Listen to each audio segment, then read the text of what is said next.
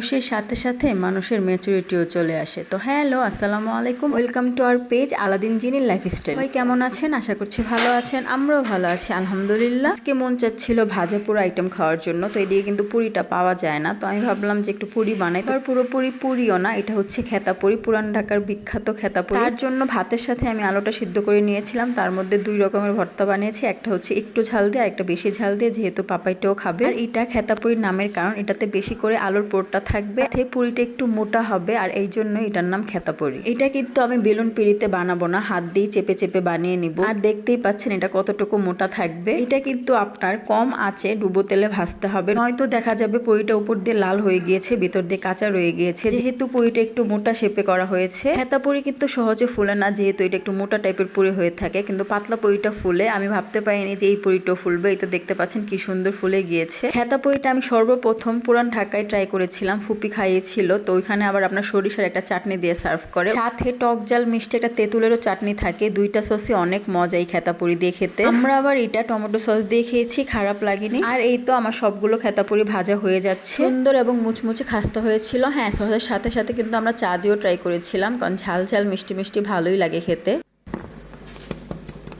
হ্যাঁ, যেটা বলছিলাম, বয়সের সাথে সাথে মানুষের ম্যাচুরিটি আসে, যেমন আমার এসেছে। উদাহরণস্বরূপ, যেমন ধরেন আগে একটা জিনিস আমাকে না জানালে বা আমাকে একটা কেউ দোষারোপ করলে আমি তাকে আস্ক করতাম যে কেন আমাকে দোষারোপ করা হয়েছে বা কেন আমাকে জানানো হয়নি। এখন এটা করি না, এখন মনে হয় যে তাদের প্রয়োজন পড়ে নাই বা তাদের প্রয়োজন হয় নাই, তাই আমাকে জানায় না, ইটস ওকে। আর এটাই হচ্ছে বয়সের সাথে সাথে ম্যাচুরিটি। তো যাই হোক, পাশের আন্টিকে আবার পুরি দিয়েছিলাম, আন্টি আমাকে পুরো অর্ধেক কাঁঠাল পাঠিয়ে দিয়েছিল। কাঁঠালগুলো অনেক মিষ্টি ছিল। এর আগেও আন্টি তার শ্বশুরবাড়ি থেকে কাঁঠাল আসছে পর আমাকে দিচ্ছে, ওইগুলো শক্ত ছিল, মিষ্টি ছিল।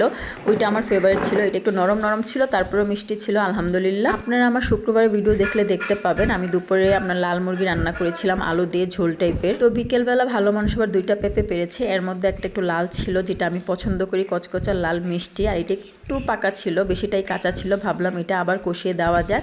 তো যেইভাবে সেই কাজ, আমি মশলা আবার কষিয়ে পেঁয়াজ বাটা, আদা রসুন বাটা, হলুদ, সব কিছু মশলা দিয়ে পেঁপেটাকে কষিয়ে নিয়ে আগের মাংস আর আলুটা দিয়ে দিয়েছিলাম। তারপর জিরার গুঁড়ো দিয়ে নামিয়ে নিয়েছি। জিরার গুঁড়োটা হয় কি, যদি সাথে সাথে টেলে গুঁড়ো করে দেওয়া হয় তাহলে সুন্দর একটা ফ্লেভার আসে। যদিও আমি 1 মাসের জন্য একবারে টেলে গুঁড়ো করে রেখে দিই, মানে জিরাটা আমি ভালো করে টেলে নিই, একটু পুরো করে টেলে নিই, যাতে ফ্লেভারটা অনেক দিন থাকে। রাঁধুনি বলেন, বিডি বলেন, অনেক ব্র্যান্ডেরই জিরার গুঁড়ো পাওয়া যায়, কিন্তু ওই যে টেলে যে জিরার গুঁড়োটা, ওইটার যে মানে ঘ্রাণটা, ওইটা কিন্তু প্যাকেটের জিরাতে পাওয়া যায় না। মনে হয় যে ওরা কাঁচাই মনে হয় মানে গুঁড়ো করে রেখে দেয় প্যাকেটে, আর তাই প্যাকেটের জিরার গুঁড়োটা ইউজ করা হয় না, বাসাই করে নেই।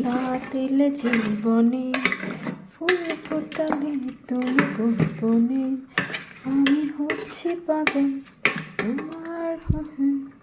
সন্ধ্যার দিকে তারা বাবা ছেলে গিয়েছিল চুল কাটার জন্য। আমি যেহেতু বাসায় একা, ভাবলাম যে কি করব, তরকারিটাই রান্না করে নেই, কালকে আবার হয়ে যাবে। আর এদিকে কাঁঠালগুলো সবগুলো কোষ উঠিয়ে বক্সে ভরে নর্মালে রেখে দিয়েছি। কিছু কিছু জিনিস আছে, যেমন পেঁয়াজ, কাঁঠাল, তরমুজ, মানে এরকম টাইপের জিনিসগুলো এয়ারটাইট বক্সে নর্মালে না রাখলে দেখা যায় যে অন্য কিছু তো গন্ধটা ছড়িয়ে যায় ফ্রিজে। পেঁপে খেতে খেতে আর গান গাইতে গাইতে রান্না করছিলাম। আল্লাহ হাফেজ, আসসালামু আলাইকুম।